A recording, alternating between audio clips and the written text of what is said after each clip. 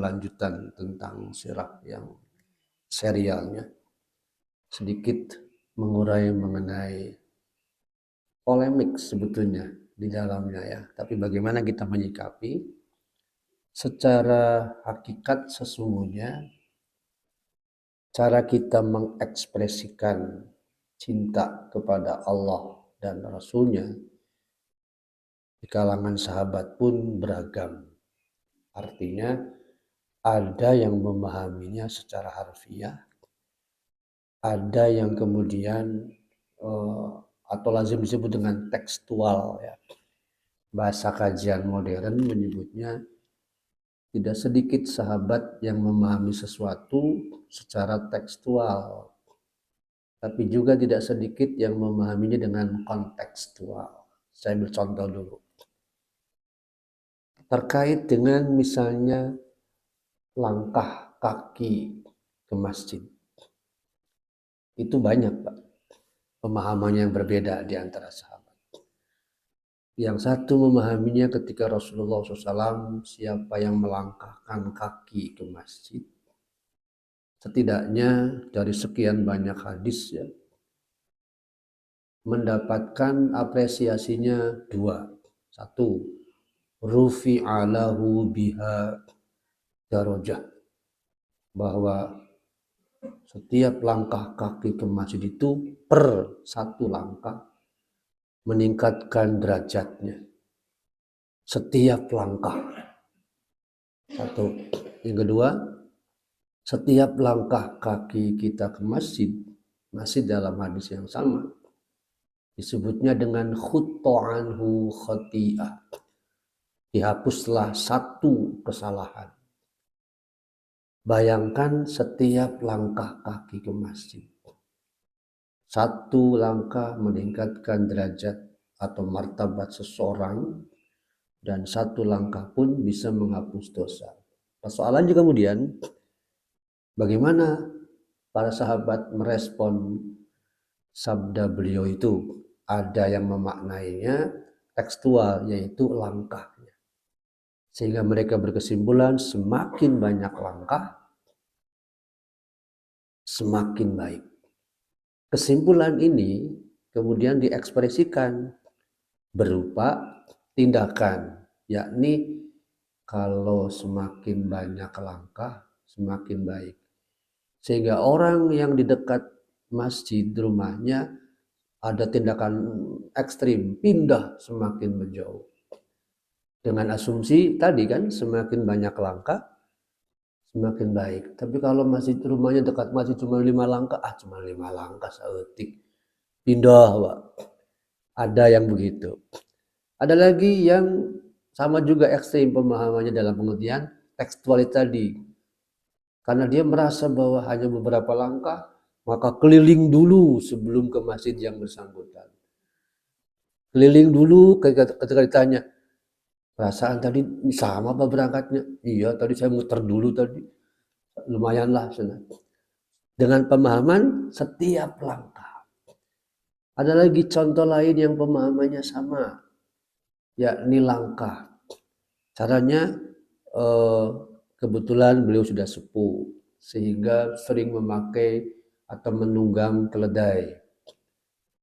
Lalu ada orang yang dermawan menawarkan, Pak, kalau Bapak kan udah agak sepuh ya, coba tidak repot, nanti kami kami belikan keledai, silakan Bapak pakai.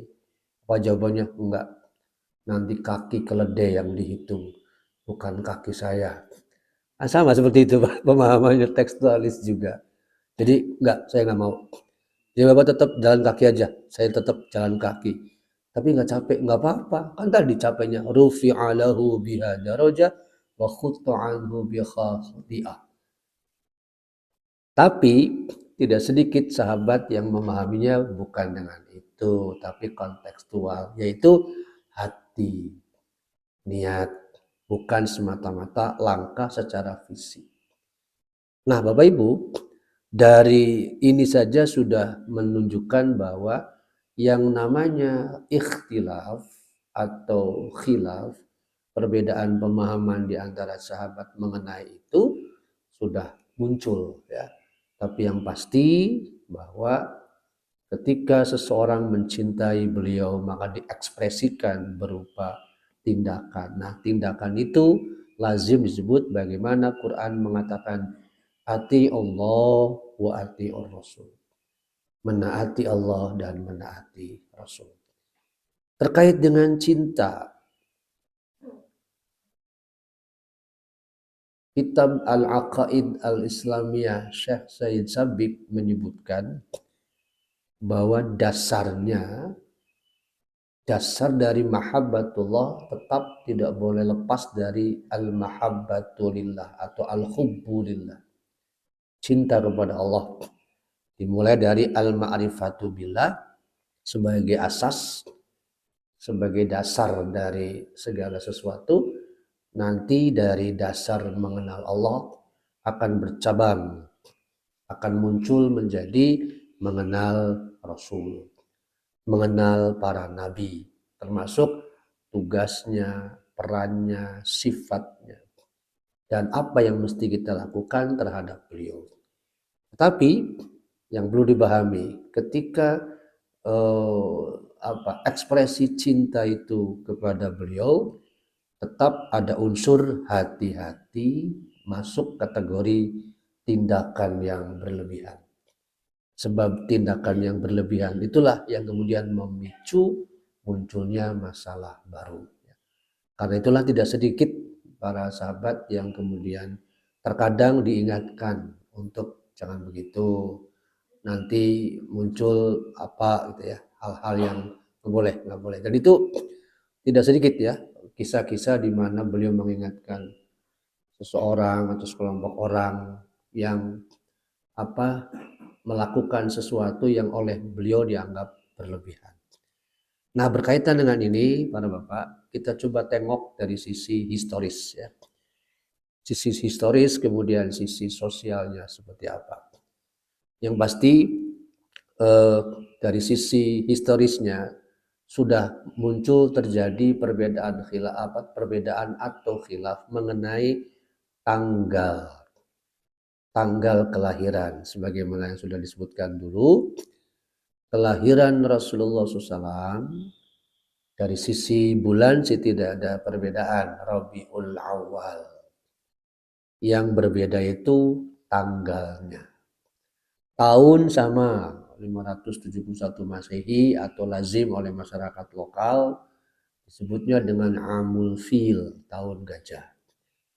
50 atau 55 hari sebelum kelahiran Rasulullah SAW terjadi peristiwa yang viral mungkin bahasa sekarang. Karena menggemparkan jagat raya waktu itu, khususnya di Jazirah Arab. Ketika Abraham al-Ashram dengan 60.000 pasukannya diluluh lantakkan oleh Tauran Ababil karena dia hendak menenggelamkan atau menghancurkan simbol utama dari akidah tauhid, Ka'bah. Dalam bahasa modern, para ibu bapak, apa yang dilakukan oleh Abraha dengan maksud menghancurkan Ka'bah itu sesungguhnya lazim disebut dengan delegitimasi kekuatan Islam. Karena Ka'bah itu simbol utama. Meskipun demikian, konon dalam sebuah riwayat nanti ya, Ka'bah itu pada dasarnya akan hancur juga menjelang kiamat. Ya, menjelang kiamat pasti hancur juga. Dan disitulah ketika Ka'bah terjadi kehancuran itu saat sudah tidak ada lagi manusia yang beriman. Tepatnya ketika angin yang bertiup dari Syam, sebagian riwayat menyebutnya dari Yaman, bertiup lalu dihirup oleh setiap mukmin, matilah. Nah, saat setiap mukmin mati, otomatis peribadatan tidak ada. Itu demikian pula dengan Ka'bah. Nah, saat itulah Ka'bah hancur, lalu kiamat pun terjadi. Kembali ke persoalan ini. Jadi 55 hari atau 50 hari sebelum Rasulullah SAW lahir, penyerbuan Abraha al-Ashram ini sesungguhnya searti semakna dengan bahasa ayat yang tadi dibaca. Yuridu liyutfi'u nurallah. Bahwa sampai hari ini orang-orang yang ingin yutfi'u nurallah, mencoba memadamkan atau mematikan cahaya Allah. Nurallah yang dimaksud adalah tauhid. Upaya kafirin untuk memadamkan cahaya Allah itu tidak akan selesai lewat beragam cara, entah lewat simbol-simbol Islam yang sedemikian jelas, Ka'bah misalnya tadi, Abraha al-Ashram, atau lewat delegitimasi sakralnya atau desakralisasi nilai-nilai tertentu semacam jilbab atau busana muslim, atau lewat Al-Quran di mana kaum mudanya dijauhkan dari Al-Quran sehingga mereka akan menjadi generasi yang tak peduli pada Al-Quran. Lewat apa? Lewat hal-hal yang dianggap bisa menyenangkan nafsu. Itu juga terjadi hari ini. Ya. Atau bisa juga lewat tentang kritikan-kritikan masalah ritual dan sebagainya. Yang pasti sekali lagi upaya untuk yutfi'u nurallah, memadamkan cahaya Allah itu tidak akan berhenti. Namun Bapak Ibu, Allah lewat ayat yang sama atau di surat yang lain memberi satu jaminan bahwa kalau di At-Taubah tadi kan disebutnya wa ya'ballah. Allah tidak akan malas, Allah tidak akan enggan, Allah tidak akan berhenti untuk menyempurnakan cahayanya. Wallahu mutimmu nurih. Meskipun orang-orang kafir tentu tidak suka, kafir juga tidak suka. Nah, dari fakta nas seperti itu jelas bahwa pada dasarnya kecintaan kita kepada Allah dan Rasulullah SAW akan senantiasa dicabut, diupayakan untuk dicabut atau paling tidak diminimalisir oleh mereka lewat hal-hal yang sebagian sudah disebutkan. Kembali ke persoalan tanggal ya. Nah, sebagian menyebut Al-Mubarakfuri meyakininya, begitu pula Syekh Al-Utsaimin juga sama, tanggal 9 Rabiul Awal, At-Tasir, bukan 12. Tetapi kajian Syekh Ramadan Al-Buti dalam Fiqhus Sirah juga menyebutkan 12 Rabiul Awal. Dari sisi ini saja sudah terjadi tadi ya perbedaan. Karena itulah bagaimana kita menyikapi persoalan ini terkait dengan Rabiul Awalnya tadi ya. Yang lebih jelas lagi nanti bagaimana memahami konteks sosial ya. Bapak Ibu yang dirahmati Allah, itu tentang tanggalnya. Alasan utama dan siapa yang pertama kali melakukan atau melaksanakan perayaan kita tinjau dari sisi historis. Sepakat saya kira tadi sudah disebutkan bahwa mencintai Allah dan Rasulullah SAW itu satu paket. Dalam sebuah hadis bahkan menyebutnya sumber dari halawatal iman. Lezatnya iman antara lain indikatornya adalah menempatkan Allah dan Rasulnya ahabbu ilaih, gitu ya. Mencintainya mimma siwahuma, melebihi cinta kepada selain keduanya. Sepakat bahwa itu harus halawatal iman ya, bahwa mencintai Allah dan Rasulnya harus di atas segalanya, bahkan terhadap diri sekalipun. mencintai diri, mencintai istri, mencintai anak, mencintai keluarga, mencintai apapun, jangan pernah melebihi cinta kepada Allah dan Rasulnya. Itu banyak ayatnya, hadisnya. Contoh,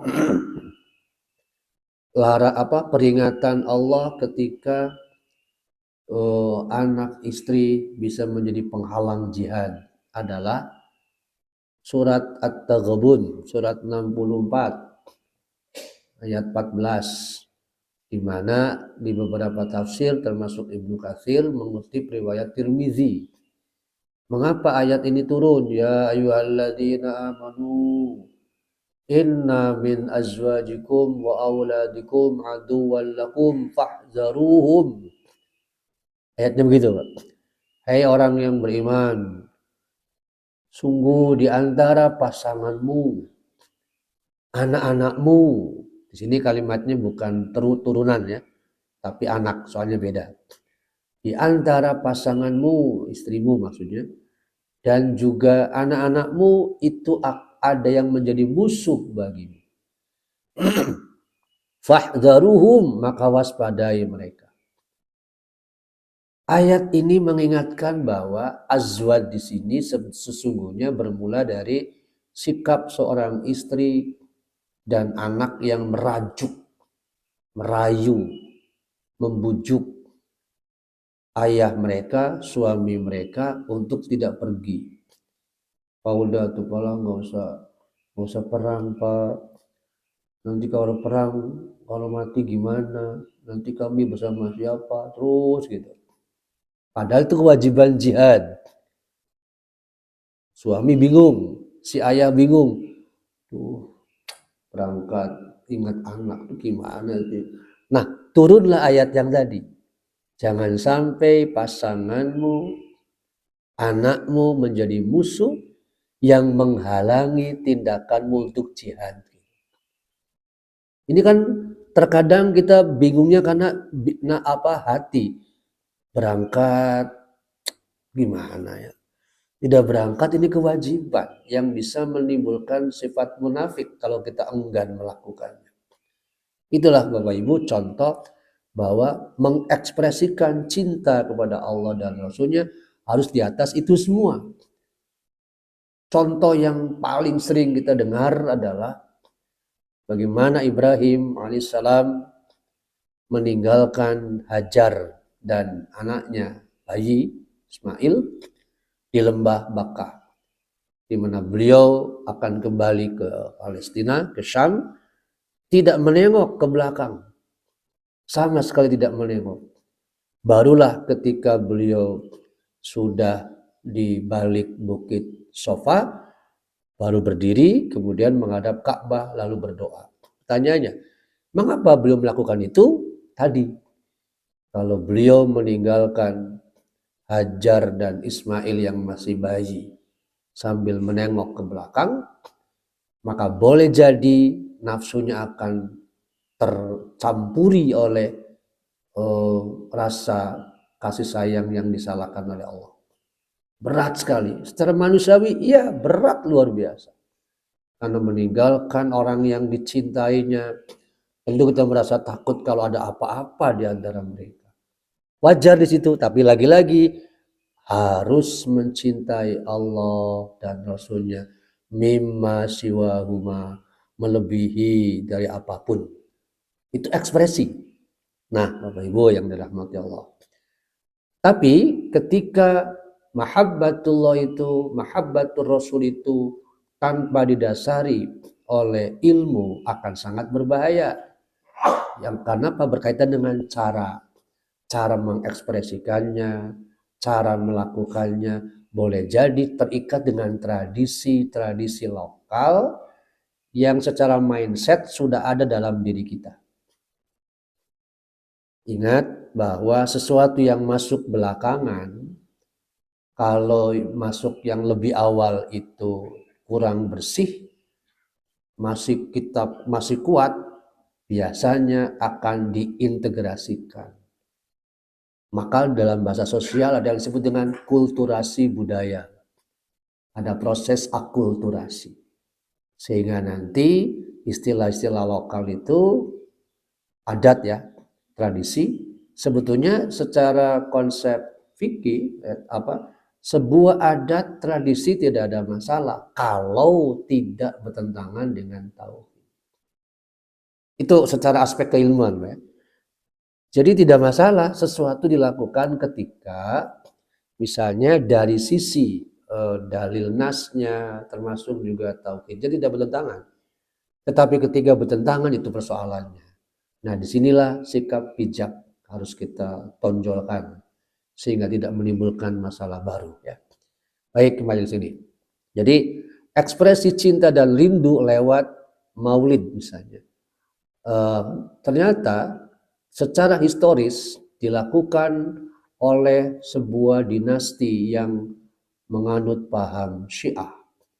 Al-Makrizi, beliau menyebutkan bahwa Daulah Fatimiyah, Daulah Syiah yang berkuasa di Mesir adalah dinasti yang pertama kali melakukan perayaan ini. Kenapa? Kalau dilihat dari historisnya, sosiohistorisnya, biasanya orang-orang Syiah itu kan Persia ya awalnya, sangat menjunjung tinggi hal-hal yang berkaitan dengan entah kelahiran seseorang yang diistimewakan atau kematiannya, baik kelahirannya atau kematiannya. Untuk mengekspresikan atau menghormati atau memuliakan mereka, maka terkadang dua sisi itu, kelahirannya atau kematiannya. Nah, cara seperti ini, ya, ketika yang bersangkutan kemudian katakanlah masuk Islam, sering terjadi sekali lagi akulturasi budaya. Apa yang terdapat diambil tradisi Islamnya, kemudian dikaitkan dengan bahasa lokal. Contoh sederhana, Pak. Bagaimana perayaan atau istilah yang sebetulnya tauhid ya, tapi kemudian dilokalkan. Sekaten. Dari mana istilah sekaten? Oh, ternyata secara proses syahadatain, tapi karena menggunakan bahasa lokal, menggunakan haknya sedemikian rupa, lalu dialek lokal, maka muncullah sekatain jadi sekaten. Kan sampai hari ini tetap dipakai sekaten. Nah itu persoalannya. Tradisi lokalnya kuat. Jadi seolah-olah sisi Islamnya hanya bungkusnya dengan mengabaikan aspek isi. Nah itu persoalannya. Akhirnya muncul masalah baru ya, sampai hari ini. Itu contoh saja ya. Jadi mereka membuat banyak maulid. Ada Nabi SAW, ada Ali bin Abi Thalib, ada Fatimah, ada Hasan Hussein. Tujuannya tadi, kata mereka, memuliakan, mengagungkan, menghormati, dan seterusnya. Itu riwayatnya. Kalau terjadi misalnya hijriahnya sudah di atas 500 hijriah tahun, itu menunjukkan sudah lebih dari 5 abad. Peristiwa itu baru muncul. Ya. Dinasti Fatimiyah pada masa kejayaannya menggunakan kekuasaan politik sebagai alat sarana untuk menyebarkan paham Syiah dengan segala tradisinya. Memang begitu, Pak. Ya. Dari sisi ini sih menunjukkan semangat untuk dakwanya bagus ya. Karena menggunakan sarana. Meskipun demikian, seringkali muncul masalah baru sih tentu. Ya. Ketika kekuasaan itu dipakai, tapi dengan memaksakan kehendak, pasti muncul masalahnya. Tetapi kalau kekuasaannya digunakan dalam bentuk yang tetap mengacu pada nilai-nilai keadilan, nilai-nilai substansial dari Islam, sepertinya insya Allah akan diterima. Dan faktanya banyak. Umar bin Khattab radhiyallahu anhu misalnya, justru menggunakan kekuasaannya dengan simbol-simbol keadilan yang luar biasa. Sehingga orang tidak perlu dipaksa, tetapi melihat sendiri bagaimana perilaku beliau langsung tertarik. Itu jadi kekuasaan itu sekedar tanda kutip misalnya legitimasi yang kuat gitu. Itu lebih jelas ya. Nah, itu yang dipakai oleh mereka. Salah satu yang kemudian mereka rawat adalah tradisi ini. Inilah yang terjadi alasan ulama mengapa Ahlus Sunnah wal Jamaah yang menjumpai dan melihat perayaan itu kemudian mengingatkan, mengkritisi ya. Sebabnya itu hati-hati loh bahwa itu awal mulanya tadi gambarannya ya, Daulah Fatimiyah. Bapak Ibu yang dirahmati Allah. Sekarang kita lihat bagaimana pandangan secara keilmuan dari beberapa ulama ya. Syekh Tajuddin Al-Faqihani, beliau mengatakan bahwa la a'lamu li hadzal maulid aslan, dari asal usul dari aspek ini, kata beliau, sesungguhnya belum dikenal atau belum diketahui secara tegas nasnya, aslannya fi kitabi wala sunnati. Pandangan pertama ya, bahwa dari Al-Quran tidak secara tegas, begitu pula dari hadis tidak secara tegas. Atau beliau juga nukilan dari ulama sebelumnya yang katakanlah menjadi referensi utamanya itu sama ya. Belum diperoleh secara jelas, itu menurut beliau. Yang pertama. Yang kedua, Imam Asy-Syatibi, beliau ini terkenal dengan salah satu konsep maqasid asy-syariah, tujuan syariat yang biasanya dikaitkan dengan al-khamsah, 5 poin. 5 poin tujuan syariat itu misalnya khilful din ya, menjaga khifduddin, khifdul aqli, khifdun nafs, khifdun nasl, itu konsepnya pertama kali digagas oleh beliau. Kemudian tentu gagasan itu bermula dari berbagai ayat, berbagai Quran, berbagai hadisnya mengenai apa yang disebut dengan menjaga agama, menjaga akal, menjaga turunan dan seterusnya ya. Diekspresikan dari atau dirangkum dari pandangan Quran. Misalnya disebut menjaga akal. Buktinya apa? Tidak sedikit ayat yang melarang kita untuk mabuk. Sebab akal alat terpenting bagi manusia untuk berpikir. Sedangkan Al-Quran banyak sekali ayat yang menyuruh kita untuk merenung, berpikir, bertadabur.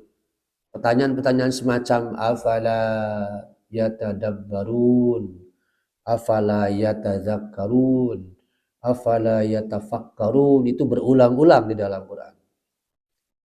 Sehingga Allah menyuruh setiap mukmin untuk menjadi uli, pemilik apa? Pemilik albab, pemilik absor, atau lazim disebut ulil albab, ulil absor, ulin nuha. Jangan jadi yang keempat, ulin baik. Kita sering jadi yang keempat ya.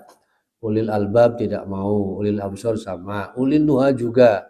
Karena 3 ulin ini, 3 uli ini, ulil albab, ulil absor, ulin nuha, semuanya berkaitan dengan persoalan akal sebagai alat untuk memahami ajaran Islam. Sementara sebagian besar kita mengabaikan masalah itu. Sayang sekali. Nah, kembali ke sini. Menurut beliau, Imam Asy-Syatibi, fa'alimuhum anna iqamatil maulid, semua paham bahwa mengadakan maulid itu kategorinya ini, menurut beliau ya, sesuatu yang baru katanya. Kenapa? Sekali lagi berkaitan dengan hal-hal yang sudah disebutkan tadi. Tidak jelas dalil nasnya, begitu pula dalil sunnahnya. Imam Asy-Syakhawi, murid dari Ibnu Hajar Al-Asqalani katanya. Sama ya, asal dari itu tidak dinukil dari seorang pun ulama salaf yang hidup di 3 generasi terbaik. Selama beberapa dekade setelah wafatnya Rasulullah SAW, Khulafaur Rasyidin pun tidak melakukan hal yang sama. Kemudian Imam As-Suyuti juga menyebutkan bahwa masyarakat akan senantiasa dalam kebaikan selama mereka masih merasa terkejut, terheran mengingat bulan kelahiran Rasulullah SAW, yaitu Rabiul Awal. Yang dimaksud dengan terkejut, heran tadi itu, ada yang meyakininya 9, ada yang meyakininya 12, ya. Dua penetapan ini merujuk pada hasil penelitian masing-masing. Sampai hari ini belum ada kesepakatan bulat di antara ulama. Yang satu meyakini 9 Rabiul Awal, yang satu meyakini 12 Rabiul Awal. Jadi secara dialektis keilmuan sampai hari ini masih begitu. Dan itu kita diajak untuk menghormati pendapat satu dengan lainnya. Ya. Bapak Ibu yang dirahmati Allah, kemudian keterangan imam lain terkait dengan tadi adalah Ibnul Hajj. Jika kegiatan itu bersih dari semua suara musik, hanya berisi kegiatan makan dengan niat maulid, mengundang rekan, bersih dari semua aktivitas yang terlarang, kebayang tadi ya, bid'ahnya sebatas niatnya. Ini pandangan beliau ya. Karena semacam ini masuk kategori ziyadah. Ziyadah itu mirip dengan riba. Ziyadah itu artinya tambahan. Riba pun disebut ziyadah. Sehingga dari sisi ini saja muncul lagi ya mengenai riba tadi. Betapapun sedikitnya, kalau sudah ada ziyadah tambahan tetap saja namanya riba. Jadi sebutannya sama, ziyadah tambahan. Bapak Ibu yang dirahmati Allah, Yusuf Ar-Rifai, pengamal praktek kesufian, juga menyatakan bahwa biasanya perayaan seperti itu tadi ya, kumpul mendengarkan bacaan syiar, baru ada, kata beliau, kegiatan itu baru ada jauh setelah para imam mazhab. Artinya tidak lahir pada waktu imam-imam mazhab itu aktif berdakwah. Karena kalimatnya baru ada atau baru muncul ide melakukan kegiatan tadi saat imam mazhabnya sudah meninggal semua. Berarti yang mencetuskan kembali yang tadi sejarahnya Al-Maqrizi, atau yang meramaikan, yang melaksanakannya adalah orang-orang setelah beliau. Orang berkumpul untuk mendengarkan pembacaan kisah tadi, disebutnya adalah amalan baru setelah zaman kenabian. Bahkan itu semarak semakin ramai setelah abad ke-6, berarti 600 tahun ya, setelah itu. Artinya jauh sekali itu, 600 tahun setelah wafatnya beliau. Pernyataan tadi sudah disampaikan ya mengenai Khulafaur Rasyidin tidak melakukan hal yang sama. Yang terakhir, keterangan yang ketujuh, Muhammad Rashid Ridho, sama. Ada tambahan di sini bahwa kata beliau dari sisi dalam pengamatannya, penelitiannya, bahwa salah satu kebiasaan kalau tadi Daulah Fatimiyah, kalau ini Raja Sirsasyan di Mesir juga sama, menceritakan, mengulang-ulang. Biasanya ketika sang penguasa melakukan ini, tujuan utamanya adalah memuliakan mereka, mengagungkan mereka supaya tampuk kekuasaannya tetap kokoh. Jadi ada unsur merawat kekuasaan dengan cara mengaitkannya bersama tradisi yang disebut oleh mereka unsur Islamnya ada. Pandangan lain, Syekh Muhammad bin Shalih Al-Utsaimin, bahwa kalau beliau mengacunya pada tadi ya tanggal 9, lalu menyimpulkan menjadikan 12 Rabiul Awal sama seperti pendapat sebelumnya, la aslu, tidak ada asalnya, tidak ada dasarnya. Sisi historisnya ya. Dari sisi tinjauan syariat juga sama ya gambarannya seperti itu. Begitu pula tim fatwa tarjih, belum ditemukan dalil yang jelas memerintahkan secara langsung atau sebaliknya yang melarangnya. Jadi antara memerintahkan dengan yang melarang sama-sama belum jelas asal usulnya, nasnya. Sehingga mereka berkesimpulan mubah bersyarat.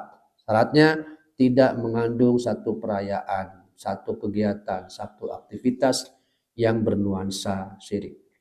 Bahaya sekali. Saya ambil contoh gini. Seperti tadi sudah disampaikan bahwa di Indonesia dikaitkan dengan beberapa tradisi terkait dengan pusaka-pusaka lokal. Biasanya ada hubungan dengan bekas kerajaan. Contoh, entah di Sumedang, entah di Cirebon, entah di Jogja, semua ya. Nyangkutnya itu pasti dengan tadi. Dan ini tidak sedikit masyarakat awam yang terjebak.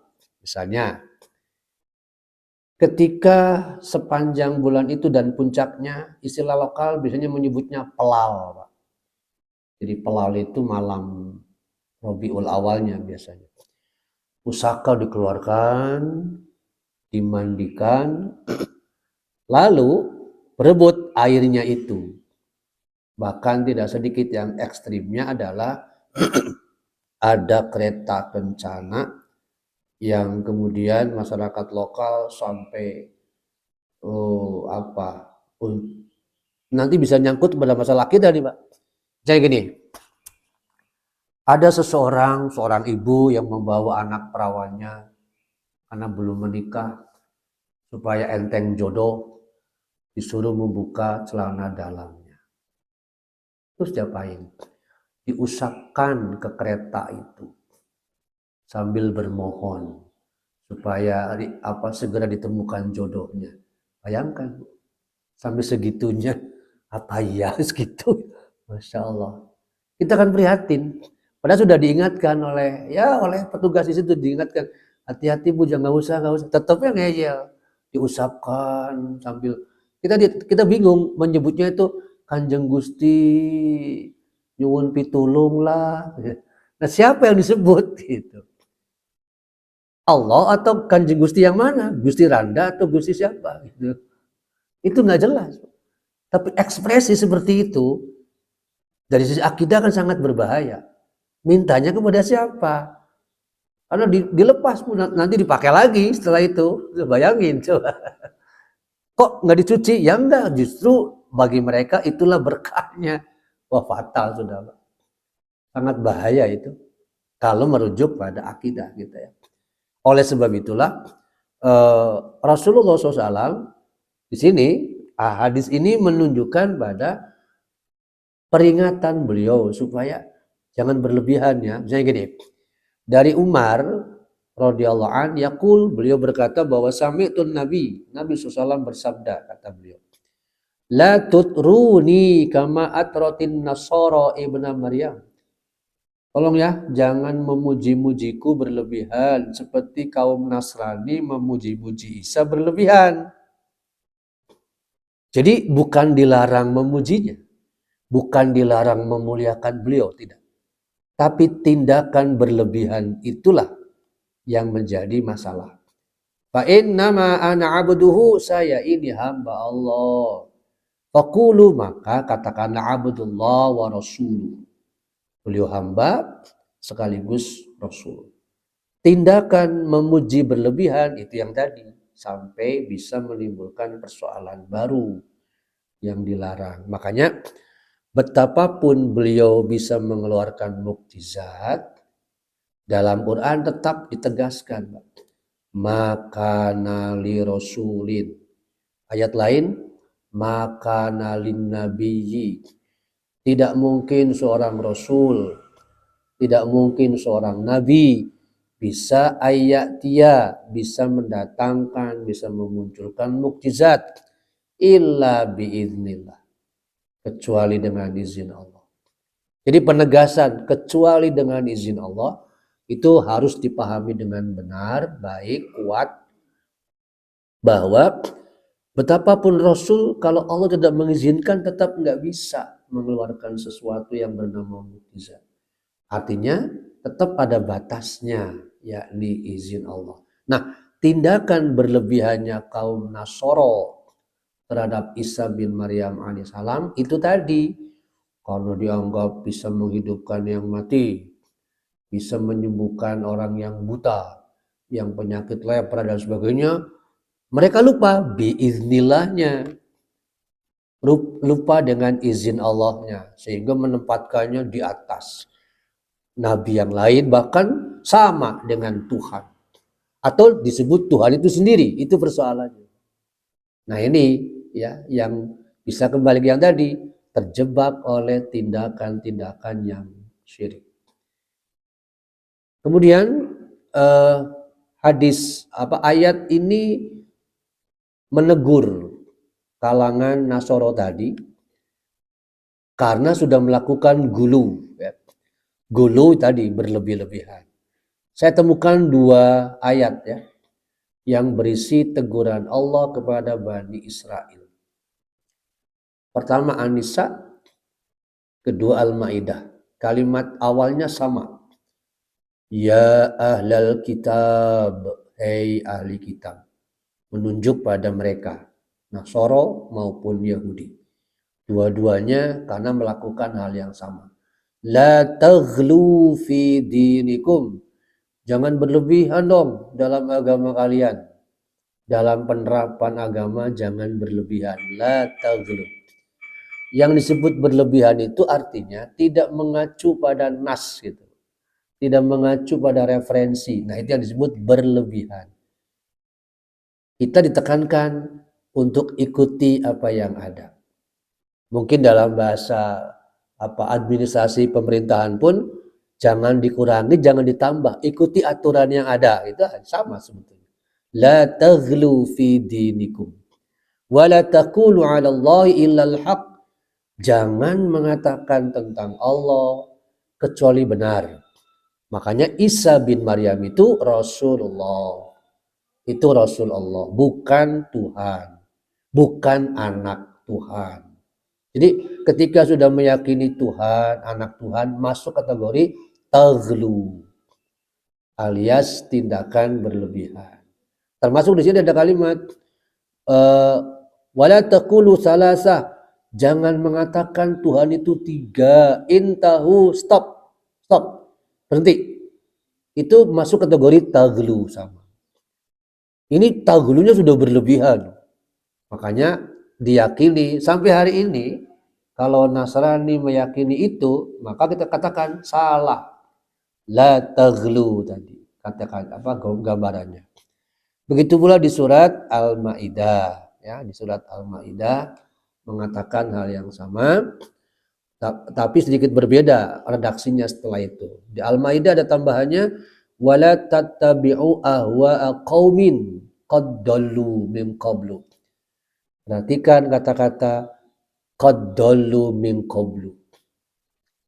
Artinya apa? Artinya orang-orang Nasrani ternyata mengambil tradisi-tradisi masyarakat sebelumnya yang dianggap tadi keliru. Jadi konsep Trinitas itu adalah tiruan terhadap masyarakat sebelumnya. Kalau kita tengok sejarahnya, dari sisi kajian ternyata konsep Tuhan, anak Tuhan, erat hubungannya dengan tradisi Mesir, tradisi bangsa Islandia atau Eropa kuno, ya, mengenai Dewa Mitra misalnya. Kelahiran 25 Desember itu dikaitkan dengan Dewa Matahari, itu Mesir. Nah itu sama dengan qad dallu min qablu. Mereka mengambil kaum-kaum terdahulu yang sebetulnya salah. Nah Allah mengingatkan mereka, la taghlu, jangan berlebihan. Karena kembali lagi, jangan sampai kita beragama salah sebagaimana mereka. Bapak Ibu yang dirahmati Allah, jadi kesimpulannya bahwa kalau diyakini persoalan ini diamalkan oleh semua imam mazhab, ternyata tadi dipaparkan oleh Yusuf Hashim Ar-Rifai bahwa itu tidak pernah dilakukan oleh para imam mazhab kecuali setelahnya, ya. Demikian Bapak Ibu yang dirahmati Allah dari sisi kajian terkait dengan Maulid tadi, ya. Setidaknya memberi pandangan secara historis, yang pasti bagaimana kita menyikapinya itu persoalan yang harus kita pahami sehingga tidak menjadi sumber terkait dengan konflik, karena memang sekali lagi persoalan pandangan itu hal yang biasa, ya. Bahwa ini kajian keilmuannya seperti itu, itulah yang saya paparkan. Intinya kembali ke awal, mengekspresikan cinta kepada Allah dan Rasul-Nya tetap tidak boleh mengabaikan aspek cara. Aspek cara berkaitan dengan ilmu. Sehingga dua sisi, tapi niat saya kan baik misalnya, ya. Niat baik saja tidak cukup, perlu juga tahu. Sehingga antara niat dengan tahu tidak keliru. Sebuah contoh, ya. Ibu mau membeli barang nih. Bukankah kaum ibu itu hebat, ya? Berjihadnya tanda kutip untuk memutuskan membeli itu kan rela, berjalan berjam-jam sampai bitisnya cangkel gitu. Pindah dari satu toko ke toko lain, 20 toko untuk menemukan harga yang pas. Harus punya untuk mendapatkan barang yang cocok. Aduh, kurang serg. Apanya Bu? Harganya belum. Nah, barangnya sih sudah oke. Tapi aduh ini mah kurang. Akhirnya ternyata belinya di toko yang pertama dikunjungi. Padahal lain di tadi ya. Aduh udah cocok terus muter. Sampai suaminya gempor dan jalannya capek. Maksud saya, itu saja menggambarkan hebat mencari tahunya untuk menghindari salah keputusan. Kan gitu, Be. Daripada salah udah langsung beli. Ternyata gini kan lebih murah. Nah, daripada begitu, maka rela satu toko, dua toko, sampai 20 toko dengan jarak 20 km jalan kaki. Kalau bolak-balik dihitung, karasa ente. Demi apa? Demi mendapatkan kepuasan. Itu artinya manusia terdorong untuk ingin tahu. Nah, persoalannya, kalau dalam masalah dunia begitu hebat mencari tahunya, kenapa untuk akhirat tidak? Maka mestinya kita jauh lebih hebat untuk akhirat. Jangan berhenti. Karena boleh jadi dengan ilmu itu kita selalu mendapatkan sesuatu yang baru. Bukan saja baru dalam pengertian dalilnya, tapi rasa bijak. Oh iya, semakin tenang, semakin nyaman. Sifat tafahum, sifat memahami akan kuat. Sifat tarahum, menyayangi akan kuat. Sehingga tetap terjaga hablum minannasnya. Karena dampaknya ketika hablum minallahnya bagus, tapi buruk hablum minannas, itu juga bermasalah. Bukankah fawailul lil musallin itu ada hubungan dengan hablum minannas? Celaka sholatnya itu ada hubungan dengan hablum minannas. Hablum minallahnya kan sholatnya. Sholatnya hablum minallah. Tapi nilai-nilai dari keseharian kita terkait dengan muamalah merupakan hablum minannas. Dan dimunculkan dari hablum minallah lewat sholat itu. Kita khawatir jangan sampai menjadi wailun. Maka sedikit melebar dulu. Kata wailun itulah yang kemudian ditangkap secara bodoh oleh musuh PKI Madiun 48. Hanya diambil kalimat fawailul lil musallin tanpa dikutip ayat 5 dan 6 dan 7-nya. Namanya orang kampung gak ngerti Al-Quran. Sementara dia ngerti, maka dijadikanlah alat propaganda oleh musuh. Fawailul lil musallin, ciloko sopo sing salat. Wes ora kudu salat, bakal ciloko. Ya diterima, Pak. Akhirnya, oh iya ya, kalau sholat tadi celaka, iya, jadi nggak sholat. Efektif itu. Tanpa disebutkan kenapa orang yang sholat itu celaka, enggak. Itulah propaganda komunis. Mengambil ayat, tapi untuk menghantam orang yang tidak mengerti, dan orang masyarakat awamnya nerima begitu saja. Panjang masalahnya. Sampai hari ini Bu masih ada yang meyakini itu. Sampai-sampai lalu muncul, Allah percuma sholat. Tuh lihat, sholat mah iya. Anggarnya pelit, susah juga akhirnya. Itu bahaya sekali ya. Kalau orang sudah dijudge dengan hal-hal seperti itu, aduh ya Allah. Itu makanya sama-sama kita lakukan perbaikan terus sehingga terhindar dari hal-hal yang negatif tadi ya. Demikian Bapak Ibu yang dirahmati Allah, pembahasan terkait ini mudah-mudahan bisa memberi satu pandangan wawasan baru ya bagaimana terkait dengan persoalan yang sudah kita ulas. Terima kasih. Barakallahu fiikum. Assalamualaikum warahmatullahi wabarakatuh.